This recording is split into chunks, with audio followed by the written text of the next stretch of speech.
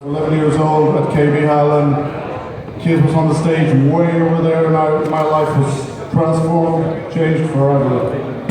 If anybody had told me 28 years ago that in 28 years you're going to take that guitarist over there and you're going to talk to him on the stage about one of the records he played with Kissin, you could have knocked me over with the weather.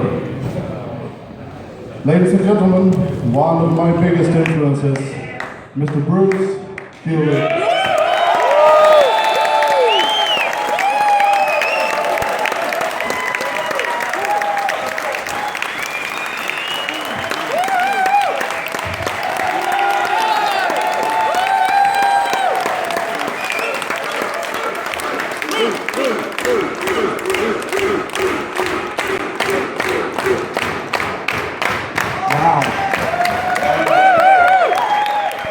I feel like I just got elected to the President of Sweden, Prime Minister. Yes, thank you so much. I really appreciate it. You know I met some of you at the meet and greet and all, but I wasn't really aware of how wild it was up here. So for all of you I haven't met, a very warm welcome from me. Okay. And I do want to add that I want to thank, of course, the people like Morgan and Kissin Time and Kiss Army Sweden for all thinking of me enough to push me to say, you must have time to come to Sweden, okay? Thank you. And it has been a tremendously long time, to be honest. The Norwegian people here or Finnish people know I've been there, okay? I can't always control my schedule, but I did say to my wife, I think I can make this work in Sweden, and I must try. I know it's crazy. I'm literally flying home tomorrow, and of course there I was, leaving on Wednesday night.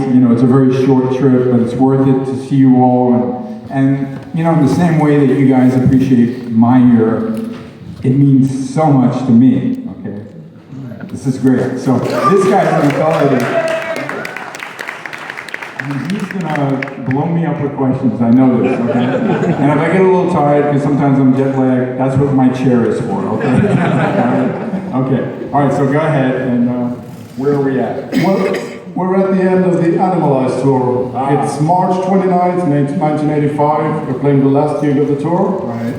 Then you've only got a couple of weeks off before pre-production rehearsals is starting for the new album. Yeah. Something like that. Well, I know I was trying to write on the road, but I never remembered really how much gap. Obviously, there's probably a start date at Electric Lady, but I'm not sure how much time, but... Do you recall any songs written during the tour, perhaps? I probably wrote Trial by Fire, the music, on a 4-track that I was fooling around with, because that was on Asylum, right? Not much else. I remember meeting with Paul and Desmond at Paul's house, which was really exciting for me to work with Desmond Child. I knew how famous he was, and important. And we worked on King of the Mountain a bit, and what was to become I'm Alive, and so there was a real intention to get back in the studio and get together and work on songs. Yeah. Sometime during the pause between the tour and the real recording of the album, you did a photo session with Neil Slossower, or how his name is pronounced. Oh, ending up in this picture. Yeah. Do you recall much about this session, which wound up on the Creatures of the Night reissue? It's interesting. We actually definitely took the picture. We were touring, and then flew back to LA, and I think we needed to do it again because it didn't come out right, and that might have been then when we did this one that you see, okay? But it was very important for the record company, since Kiss was popular again, and Creatures in the Night didn't sell enough, in their estimation, which was probably true, to put a new photo, repackage it, because now the band doesn't have makeup. None of that really made a lot of sense to me at all, but it's my job to do what they ask, so it's actually a pretty cool photo shoot. I know I got a great outtake that a friend of mine who bought it at the auction It might have been a slide or something that I have blown up, and just recently there's a Concho belt that I'm wearing there, and I got it back from some guy, he wanted to sell it, and I said, no, sell it to me, I'll buy it. So that was a great photo shoot, though, it really was. But as you said, did it make sense to you to wind up on an album you didn't play on? Because you hadn't been formally introduced as the new guitarist of Kiss either. Yeah. Well, a lot of that was because the internet didn't exist, right? There was no way to share the information as quickly. It took so long for the press to catch up to the changes in the band, Again, even though I felt a little odd about it, I'm going to be on the cover of a Kiss album, you know what I mean? It wasn't a joke or a mystery that I didn't actually play on it. I understood the way the record business works and that it was purely to help sell records. And then make another collection for you guys, right? I gotta have the real one. Didn't they fool around with the back of it too, right? So, There's an ass in the back of the album. Yeah. And this one, did it have it or it didn't? This one did. Yeah. And then the original didn't. No. Yeah, of course, because I guess by this time, asses matter, right? That's the quote of the evening. In 1985, asses matter. Especially in black leather pants. It was Gene's ass, I think. I don't think so. I don't have much of an ass girl. So, which my wife likes mine, but it's not. It didn't grow, unfortunately. It didn't get big. Okay. Those are called that. All right, so you're going to record a Kiss album. You still haven't been formally introduced as the new Kiss guitarist, but you're going to record a new album with Kiss, and you're going to do it in Electric Lady. Yes. Before you do that, you get some demos from Paul. You work with Paul on some songs, as you said, Run for Your Life, which became I'm Alive and Right the Mountain. And then Gene shows up with his multitude of tapes, which I learned from you in an interview that he always has 1,000 songs. He likes to write a lot of songs, yes. I'm going to play you a couple of songs, and see if you can reminisce. And please don't play the whole song. Sorry, Gene, I had to say that.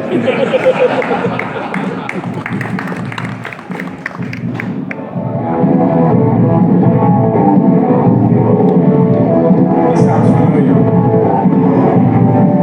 What was the title? Yes. Whoa. Didn't we do something with this eventually? Yes. But it's not on Asylum. Or it is? Yeah, this is on Asylum. Version. Okay. This is a demo version, just Gene's guitar and probably Eric's drumming. It's not or a drum machine, or Eric's drumming, yeah, maybe. Yeah. But I'm glad it sounded familiar to me, you see that? very little of this song was changed. The demo actually sounds a lot like the album. Okay. Do you remember any specific instances where one song started out as something and then became something else? Not so much probably for Asylum, okay? Later down the road, as you know, I was sharing a few funny things about I Walk Alone with him backstage, and that showed like things did really change, but that's the only way that song could be created. So it all depended, but back then I think in the same way that my Trial by Fire demo, which I finally I think digitized and found, the backing track was probably very close to what we did record. Oh, he gets excited. Yeah, don't look at me like that. But you get what I mean. I think if that is similar to what we did, that's because that was the template, that was the arrangement. I have another song. Okay. I thought he was going to play me ones we didn't record. Okay. Okay.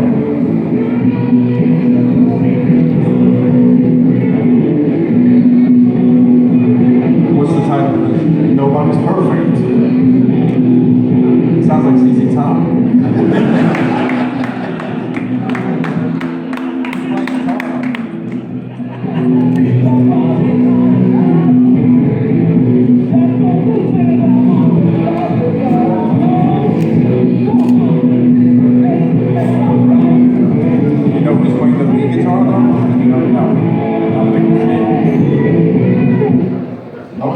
If you did play guitar on that No, it doesn't sound that familiar to me to know. And Gene did work with other people because he was busy. You know, everybody in LA, when he moved there, loved him and wanted to work with him or whatever. And was there a co-writer listed? I have no idea. Right, This you is don't from the know. tape. Right. Yeah. Just play the chorus. I want to hear the chorus. You know, you guys probably all know this.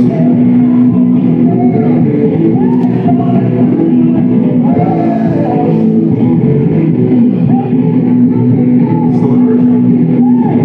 It's okay.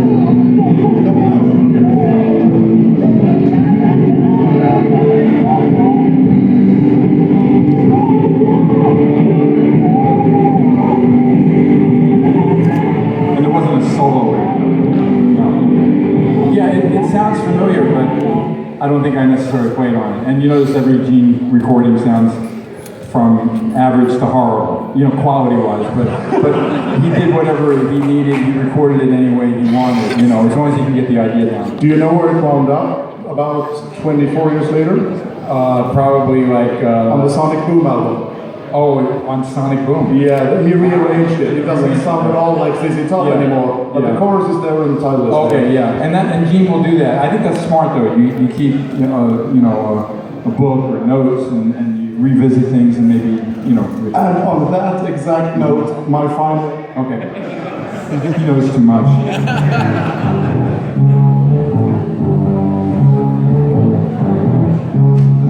There's something about this group that's familiar. What's the title of this one? Daily Planet, for all I know. What is it called? Daily Planet. Daily Planet, wow. Does it go anywhere? No.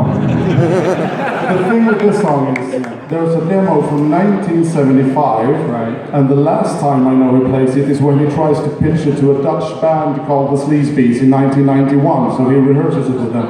So he tries to get this on an album for 20 years, but nobody ever finds it attractive. But you didn't recognize it. No, but just like, there was some stuff we worked on that then wound up on his solo record, for example, or the fact that and again, I want to stay era correct, but just to give you examples, Within was a demo that Eric Singer and myself played and recorded, and my backwards guitar wound up on Psycho Circus because he revisited it, and Fairburn, the producer, thought it was worthy of being on the record, so there it was. So Gene does that, okay? That's not unusual. Not unusual at all. I'm just glad I recognize Secretly Cruel. Okay, so we're gonna enter Electric Lady. This is a picture from the sessions. Tell me about your experience. Is this your first time in Electric Lady, the world's most classic studio? It is that concho belt I was talking about. It's funny on the right. No. I wound up doing Michael Bolton's, one of his solo records at Electric Lady. And I remember that it was a great honor to record there. Yesterday I got to visit your old Polar or Metronome studio, which is now Atlantis Gramophone. From ABBA, right? Anyway, I shouldn't do that. There's always infamous and famous studios and important, iconic studios everywhere in the world, and certainly Electric Ladyland being Jimi Hendrix's creation, funded by him, even though he rarely got to even record. He died while it was kind of a work in progress, but still his vision was that place. Every time I went there, I was super grateful of being there and enjoying, the vibe there. The staff was great, and that's where we did the entire Asylum album. Did Paul and Gene ever reminisce about the Wicked Lester recordings or the first Kiss demo recordings? They were all done in that studio. Yeah, I don't remember them bringing it up or anything. It's just like, hey, we're Kiss and we're in New York, let's record here. That made sense. When you entered the studio, did you have all the songs done in the way that you wanted them and just recorded them, or did you work some songs out in the studio? I'm sure they were pretty well figured out, and then what happened was, as you probably know, Gene kind of mostly concentrated on his songs, and Paul mostly concentrated on his songs. So that made me never get a day off, because I was working for one of them. Paul would be like, well, I'm taking the weekend off, and Gene would want to work, So I remember being in the studio like 21 days straight, which is hard, but again, here I am, the guitarist of Kiss, and now I'm going to really not be confused with any other guitar players, And this is wonderful. I can actually get my guitar playing on all the songs. So I was there for them. For me, both Asylum and Crazy Nights are typical Bruce albums because your solos lift the songs from good songs to great songs. Great. That's my opinion. Did you have total creative freedom with all the solos and all the songs in Asylum? I mean, I kind of, you know, there aren't riffs on any of the those two records that I go like, why would I play that? I was fine with it, but I did take a lot of direction. I don't want anybody to be fooled and thinking like I came up with everything. There were certain key things, like certain riffs in the second half of Tears Are Falling. That was something that, you know, Paul wouldn't even think to sing that crazy riff, you know, to me, but the beginning was definitely his concept, you know, that we worked on, you know what I mean, to make it right, you know, the harmony intro. And Gene, I know, would like be very, you know, influential in a sense, like try something high, you know, make it sing, you know, play it fast, use the whammy bar, you know, I mean, I get all these directions, and then, you know, in the studio it's easy to just keep working at it, you know what I mean, and then take the best parts, maybe put them together, you know. So there was a lot of that, which meant when I had to revisit some of the solos, I was like, oh my God, that's not easy to play, you know. What did we do? But I realized, okay, we took the best part of that take and then put the other one next to it, you know, where I didn't play it that way. Not that they're impossible, but they were more complicated that way. So I did regret the fact that I sometimes made them pretty. I make sure that they're not something that could never be played, because you could do that even back then before Pro Tools. But definitely the solos were a team effort that they really helped contribute quite a bit to. Did you? There are no co-writes from Eric on the album at all. Do you remember his input? Was he like not interested in recording the album, or did he just not get into the album for Paul and Gene's side? I mean, I'm sure that if he didn't contribute more, it wasn't because he didn't want to. It's just the way the recording happened, you know. You know, Eric loved being in Kiss and worked very, very hard. He was always dedicated, and everybody here knows that he had an amazing voice and could write great songs too. But his role in Kiss was not going to be elevated to, you know, more writing, let's say, or more of that. So maybe it's unfortunate, but Kiss is Gene and Paul, and their, you know, kind of enthusiasm to have their music be featured as Kiss is always very important. And so, you know, it's a difficult thing to remember whether or not he was, you know, not wanting to be involved, but I just think Gene and Paul really wanted to make their mark with their songs. And did it seem strange to you, being the new guy, that Gene only wanted to record his songs and Paul only wanted to work on his songs? Well, yes and no. You got to remember, I knew these guys a bit from my brother, and I knew their personalities were very different and very strong in many ways. And they were like brothers, but they also competed. They got along, they didn't get along. One would be, you know, understanding, the other one didn't understand. You know, Paul had a hard time thinking, why would Gene want to do Hollywood? He's in Kiss, you know what I mean? And Animalize was left mostly to Paul's handlings, you know. So I think the easiest solution for them was to, you know, I wrote this song, or co-wrote it, Paul Stanley, I'm going to produce it, and you co-wrote that song, so I'll let you produce your song, you know, and that's the way it was. I still think they both contributed ideas to each other, but there was a bit of that division, and I was just happy to be there. Okay, did I think it was strange? Well, I kind of I knew their personalities, so in the big picture, it wasn't odd. Is it something that I wish was a little different? I've always told people I preferred when we were produced, because I find having an independent voice kind of helps sometimes is a better referee than you know what I'm saying, and them competing, you know. So although I don't want to diminish that there's a lot of strength in the two of them, just like everyone knows in business, it's good to have competition because it makes the companies work harder. So they both work hard against each other. Do you recall playing anything else than guitar on the album? I know Jean Gregoire played bass on some of Paul's songs. Yes.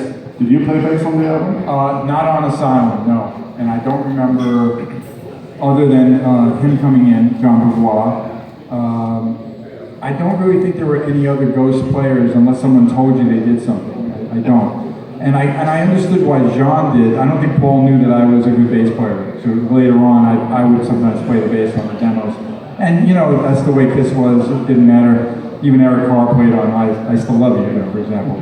But I do think that John was a good friend of Paul's, and he was talented in there, and he was did a good job for that song where maybe Gene wouldn't. So that wasn't that odd to me either, especially knowing how did I know them? My brother used to play guitar on their records, you know, so it wasn't too weird.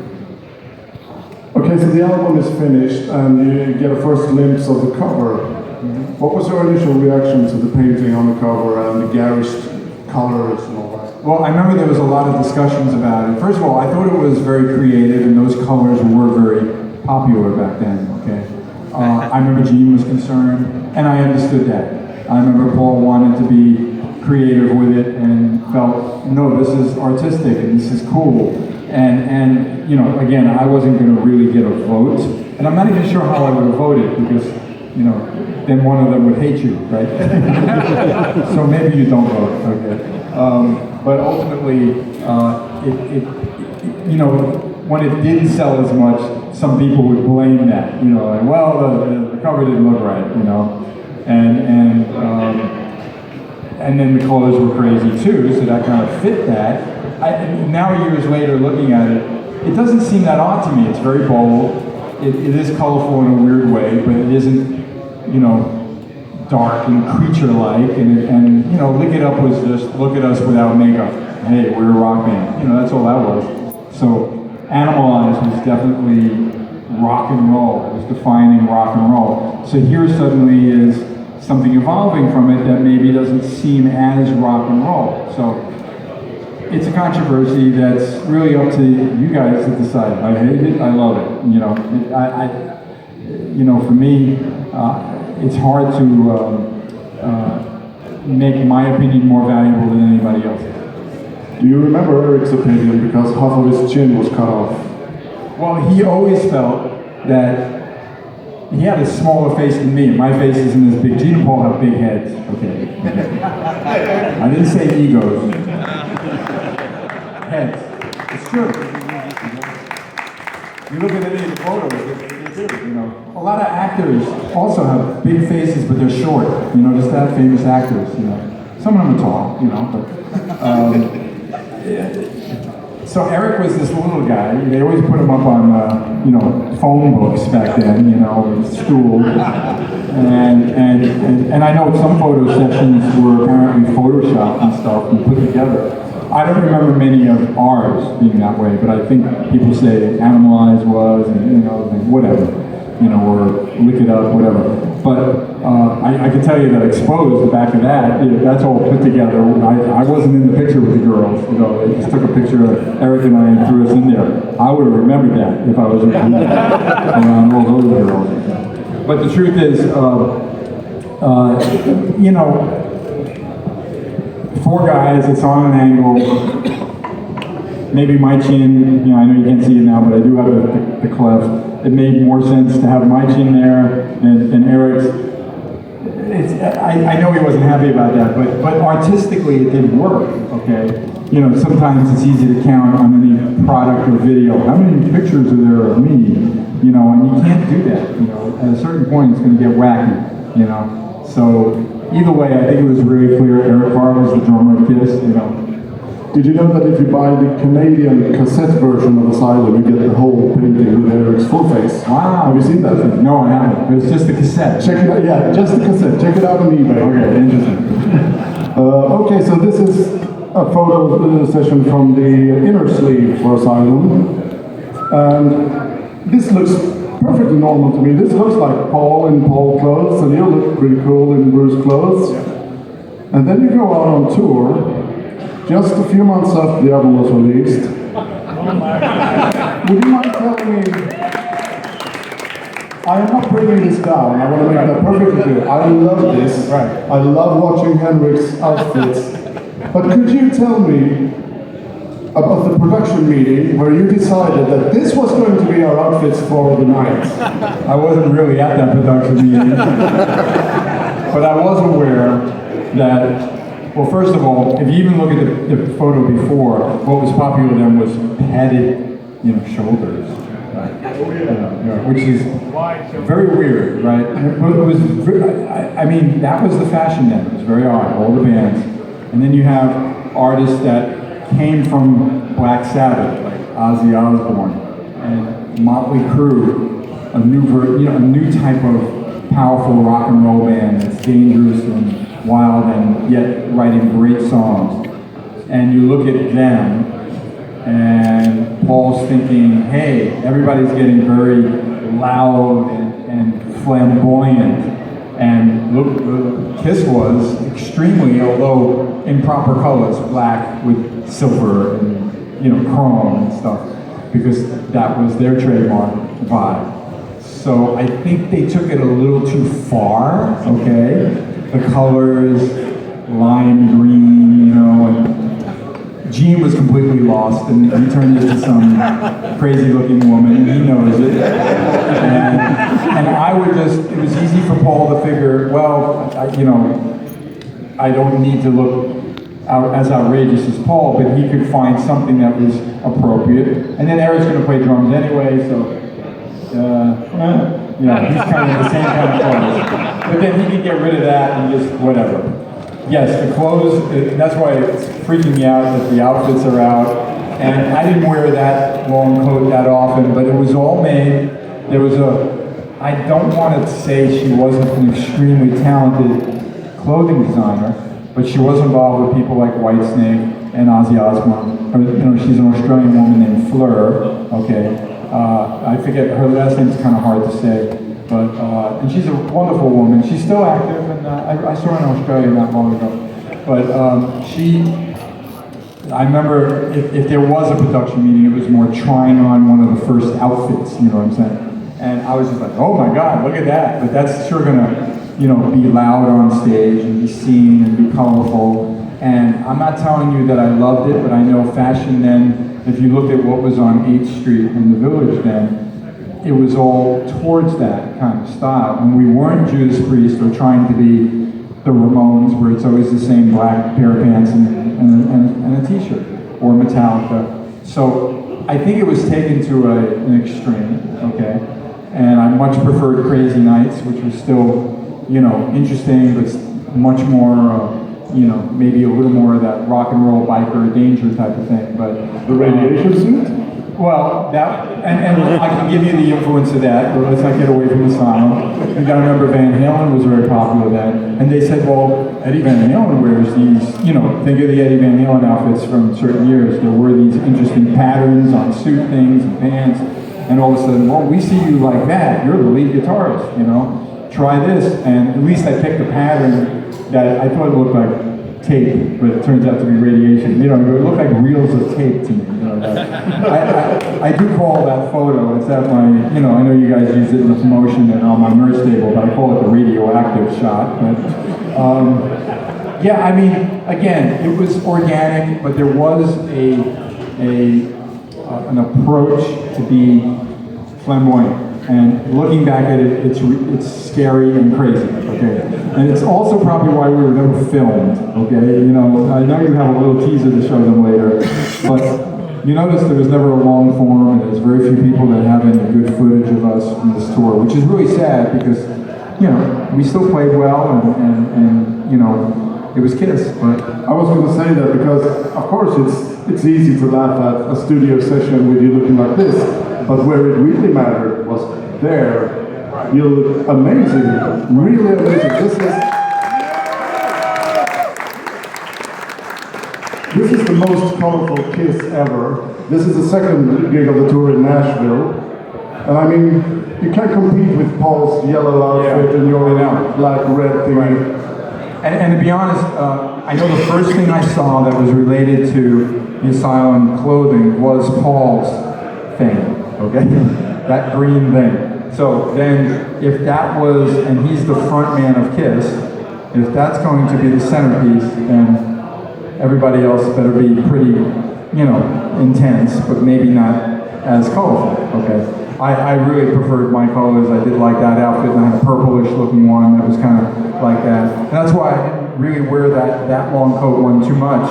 But again, this woman came up with all this stuff. We had a meeting, you know, like fittings and stuff. But everybody's input kind of was there. It wasn't like, all right, we chose everything, you know, for you. But it did change from when we did the photo shoot of the album to when we decided to go on tour. Did you ever try out each other's outfits? No. You never tried Gene's Bay Arthur outfit or anything like that? No. This stuff smells. Sad.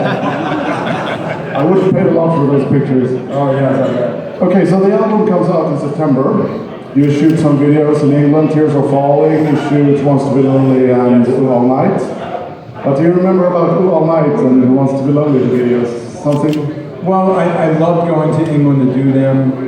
I remember it was pretty exciting. I mean, I loved the fact that they were really going to feature me in Tears Are Falling.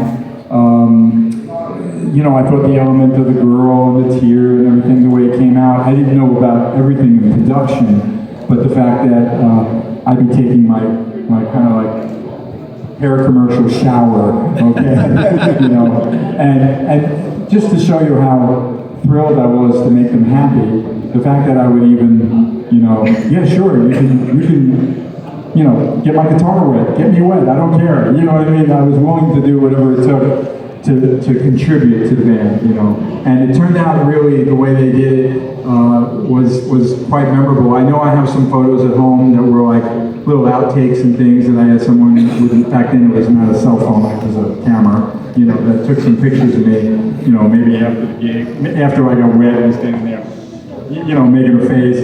And we wiped down the guitar real quick, nothing happened to it, you know, so that was fun, you know, so that was Tears Are Falling. The other one was All Night. Oh, All Night. Yeah, that had with the bunnies. Yeah, that had a theme that had that kind of, you know, vintage vibe with all these crazy women. And it was tongue in cheek. It was a little weird, but the director had a vision, and we kind of followed it. You know, I did think that one was.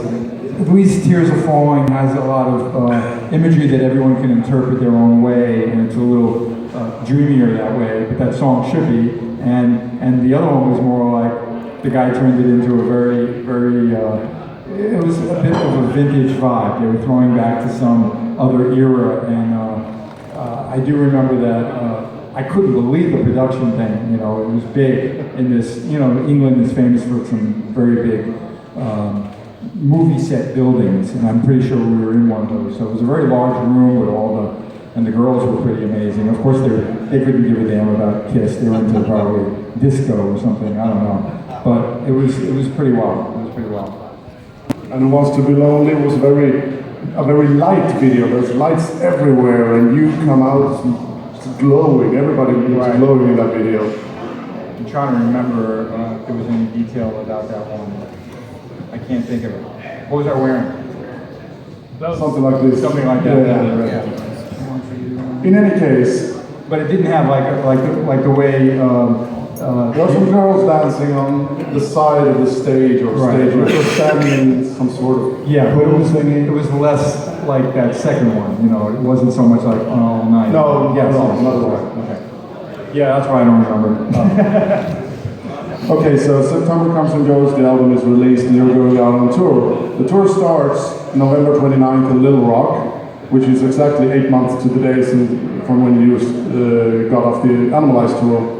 The thing about this tour is that during the course of 5 months, you're going to go through 3 different stages, stage productions. I'm going to show you the first one. This is from Nashville too. This is the Asylum tour for the first 8 gigs. We've got the huge logo, we've got the staircases, we've got the drum riser, and your faces on the floor. that was it. There was nothing else on stage. There was some pyro, Gene shot a rocket from his base. What do you recall about, let's talk about the faces on the floor. Do you remember much about those?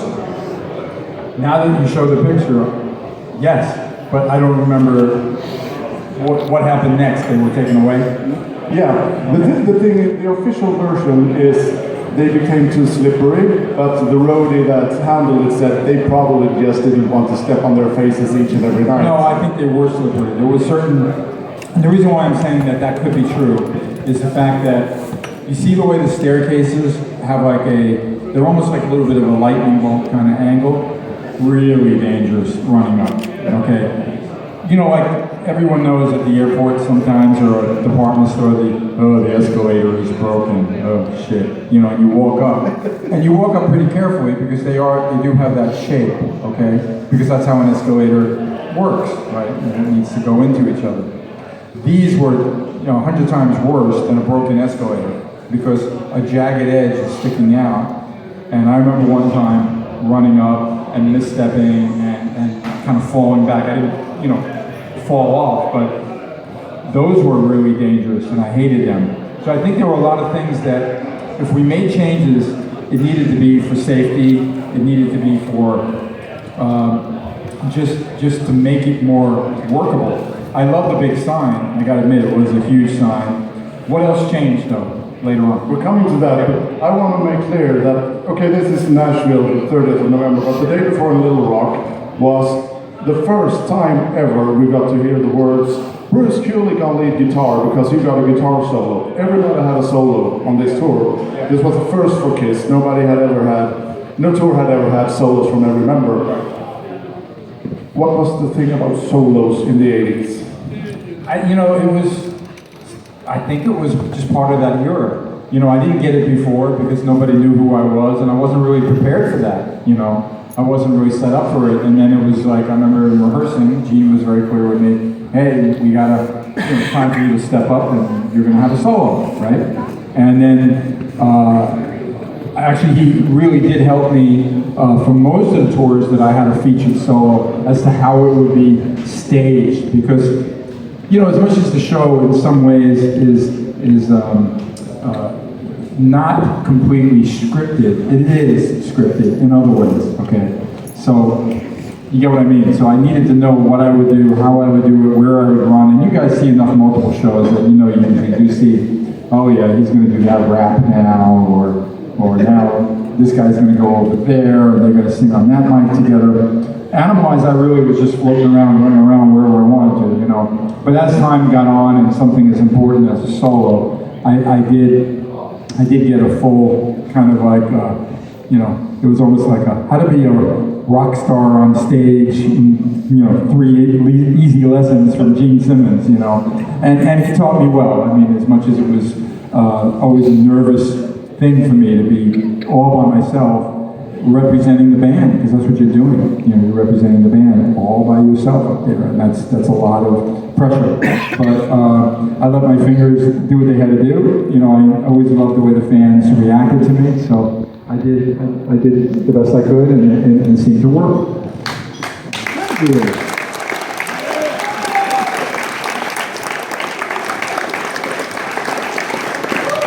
Another thing about the first night of the tour was that was the only time he played Anyway You Slice It live, to my knowledge, going by the bootlegs. Yeah. The Asylum album was sorely unrepresented live, yes. Unfortunately. Again, and I'm glad you're bringing this up, and that even for Crazy Nights, I remember us trying Hell or High Water, and then it, going away. There was always this expectation from them, meaning Gene and Paul, that, okay, we're doing a new song right now. We don't care if you don't know the record already. You got to go crazy at the end of the song. You saw, which is ridiculous, because you can't relate someone hearing a song for the first time and they didn't buy the cassette or the album yet, or the CD, and compared to them doing Detroit Rock City or Cola Gin or something that they know. So I really was always very surprised they didn't kind of be more patient, let the album get out there, make something from your new record, be a part of the show. So it was very easy to say, that didn't go over very well. I don't think we should do it again. And then it's gone. You know, and it wasn't for me to say, guys, give it a chance, you know, you don't know. I'm not going to tell them, you know, they kind of have been running their band long enough. So it happened, and that's why it happens. And a lot of a lot of artists, when they come to their new records, some of them will like, you can hear every song of the new album, you know what I mean? Or they maybe play one song, or they don't even bother, you know what I mean? Every artist is very different how they handle that. But I just told you how they handle that. And I'm not going to tell you if I think it's right or wrong. Sure, I would have liked them to give it a little more of a chance to build. But, you know, the history of the band is so strong with so many big hits, you know, that it's hard to argue with them. Oh, you're crazy. That song would have been, you know, whatever. I'm sure it would be a classic. Well, it wouldn't have been. It probably wouldn't have been. So, you know what I mean? Anyway, you slice it. It's okay. But it's not as strong as a strutter or a love gun or whatever. So, next. Yeah. Do you recall rehearsing any song that didn't make the cut live? Did you rehearse Who Wants to Be Lonely? I mean, you released it as a single. I can't remember if we did or not. I don't. I just know by the time we did a live 3, of course, there were songs that we did at Soundcheck and we knew them because we might have played them in South America or elsewhere, but we weren't doing it on that tour, so I'm glad we captured it. So, hey, record us, it's Soundcheck, but record us, and then we'll add the crowd, you know, and at least I Was Made for Loving You was there, but in the 3 gigs that were recorded, you never heard it. I even think we might have done something else too that was a good song, but not, you know. I Still Love You. Yeah, I Still Love You, yeah. So, and it sounded good. I mean, it was us live playing it, you know, but there was nobody there. Okay, so moving on. 8 shows. The faces are gone, the staircases are still there, but you've got the Animalized staging back. I think this was to fill the stage out a bit. It looked quite desolate, looked quite solitary. But do you remember anything about this? Did you just walk up on the stage that night and there's a new stage? No, we clearly would have had a sound check and everybody would have seen it. And I do remember, I forgot about those faces, and then when you showed me, oh yeah, I do remember that. But I don't believe at all it was about us stepping on them. Very likely they were made from a material that, like, oh my God, these sneakers we wore were pretty fancy and they were painted and all. You know, you don't want us falling on stage. You know, we certainly wouldn't have wanted that. Show me the last variation, because there's something missing here. Oh yeah, we're coming to that. I thought we separated the staircases.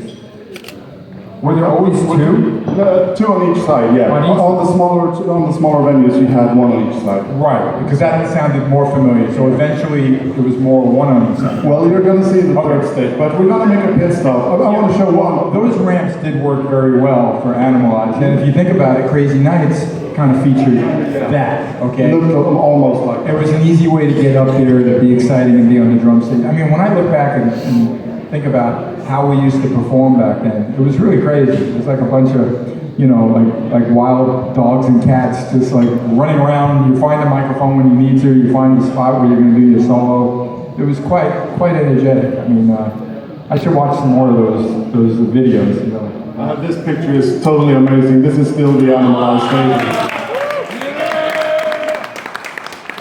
This is my Kiss. This is what I grew up with. The 70s were a legend, but you guys were real. You know, well, thank you, but you're right, and there's still the double staircases. You know, did they connect up on top or something? Anything? No. It just goes up to nowhere, like the Tower of Babel. Okay, and then when there were only 2, there was still nothing at the top? Okay, because why would I even run up? I think I only did it that one time, and I realized, bad idea. You know? Need to go down again. Okay, so we're going to make a pit stop now. You're in the midst of the tour. The thing about this tour is great that we're changing the set list almost every night. You never know, as a fan, what to expect. You can get Strutter one night, you can get Creatures of the Night one night, you can get King of the Mountain as opera one night. But the thing that we only got on one gig was that this gig, this is January 15th in Charleston, West Virginia, and you're doing your guitar solo, you're running around the stage, and then suddenly, here's me with James Bay. Now what the hell happened to you? The photo before, was I wearing sunglasses? That's so weird. I don't You look like Paul. That's very weird. I don't remember doing that. All right, here's the story.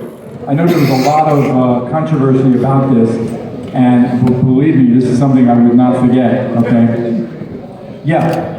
How far into the tour were we? January 15th, so about 1.5 months. Okay, so by then, clearly, I know my solo, they know my solo, and I told you that we do know what everyone's going to do and when they're going to do it, for the most part, especially when it comes to things like pyro and start of a song or things like that, okay? So imagine this. I'm out there doing my solo, and I told you earlier that it wasn't always an easy thing for me to do, okay? I was still kind of nervous. You know, I go to one side of the stage, the other side, whatever, play, point there, I get on my knee. Look at me, yeah. Right? You know, whatever. And then there's a point there where I do something that means it's time for the guys to come out and say, especially Paul, Bruce Kulick, lead guitar, right? Yep. Yeah. So those motherfuckers did not come out. On purpose, okay? So probably, sorry for the language here. So it was probably one of them going to the other, hey, just leave him out there, Yeah, let's see what he does, What else could they be thinking, okay? I'm nervous anyway. I am not Kiss. I'm just a lead guitarist, okay? I didn't create the band. I didn't put it together. I love playing my guitar, but I also have my script where this is my solo. This is my thing, okay? There's no reason to stretch it. There's no reason. Nobody is ill backstage. Nobody needed to take a piss, okay? Time for them to come out. So they're pulling my leg, right? By the time they come out, because I did try playing a little more, okay, and then I'm doing, you know, my wife likes to call it the Kulick death stare. I'm probably like, you know, making faces, and then, you know, you don't want to make faces like that in front of, you know, an arena filled with your fans. And then finally, when they come out, I am so upset, I am so angry, I'm so hurt, I'm so frightened, I'm so freaked out that I wasn't going to go punch one of them. I wasn't like angry like that. I said, oh, you think that's funny? My thought process must have been like, you know, give me that bass. And I probably threw my guitar on the floor, took Gene's bass off. Gene actually being someone who could take maybe, I wouldn't have wanted to really fuck with Paul much. That wouldn't have been good, okay? He's the front guy. I don't want to upset him. But Gene's always like, you know. And I grabbed the bass, and I go like, yeah, look at me, you know, and I play a couple of riffs. Now the fact that somebody captured it is amazing to me, because I've seen this picture on and off for the last years. But quite honestly, what was ironic about it, I think, is the fact that they did the wrong thing to me. It wasn't fair for them to leave me out like that. It was kind of like dropping on, you know, everybody goes to the restroom on the trip on the bus, and then the bus leaves and leaves the one guy behind, you know. I felt left behind, and I thought it was wrong. So I got a little crazy, and that's what I did. And I know that as much as Gene kind of looked at me, you know, like you got to be kidding me. You know what I mean? He was a little upset. But I think it was important for me, and I felt much better by doing that, you know what I mean? And I don't know if anything was ever discussed after that. I knew what they did, they knew what they did, but there's the photo. And no, I didn't play bass on the next song, you know, and it was a moment. And you know, with a live concert with Kiss, and Paul's always like, hey, don't do it! You know, and everything's just like wild and crazy anyway. You know, he'd bring Michael Jackson out and make fun of him, you know, the doll, you've probably seen the picture. You know, it was rock and roll, so it was kind of silly, but, you know, and I certainly hope that both Gene and Paul ultimately understood that, you know, that really, you know, upset me that much that I kind of did something a little crazy, you know. And again, nobody got hurt, but, you know, it just kind of freaked me out, you know. Just go ahead.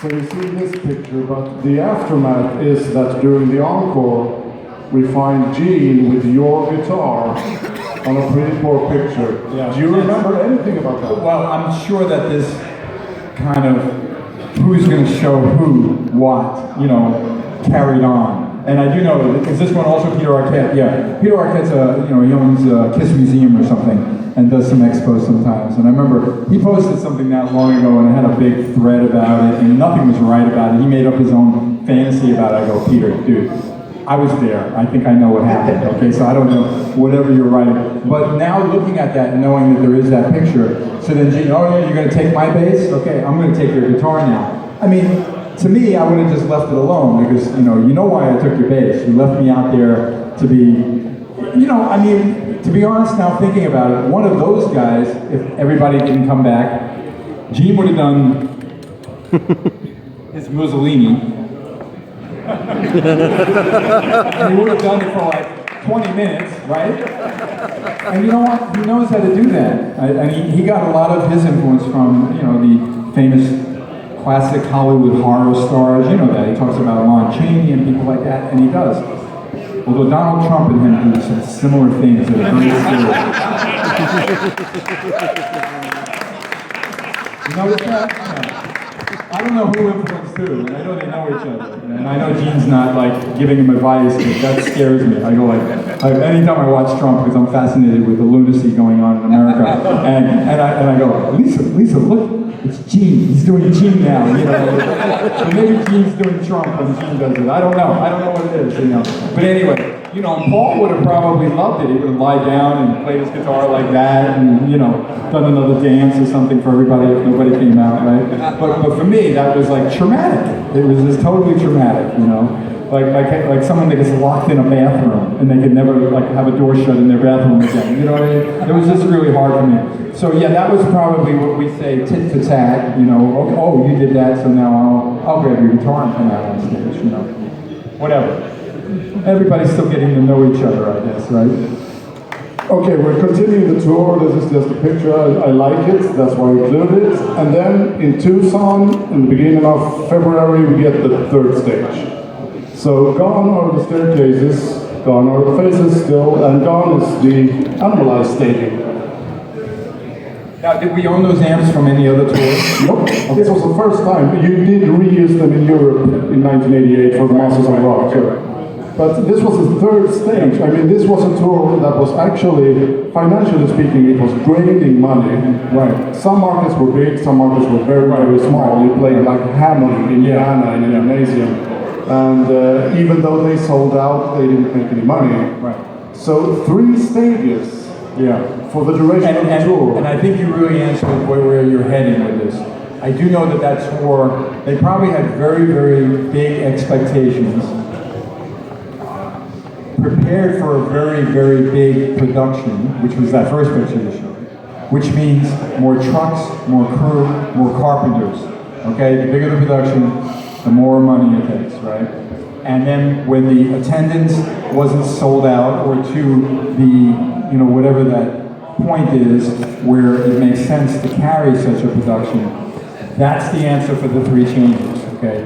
Now, I don't think they knew by the time they got rid of the faces that they needed to scale down. That was probably slippery, okay? I can promise you the staircases, as cool as they look, they weren't fun, and they weren't really going anywhere, you know what I mean? That's why I thought, well, is there something up there?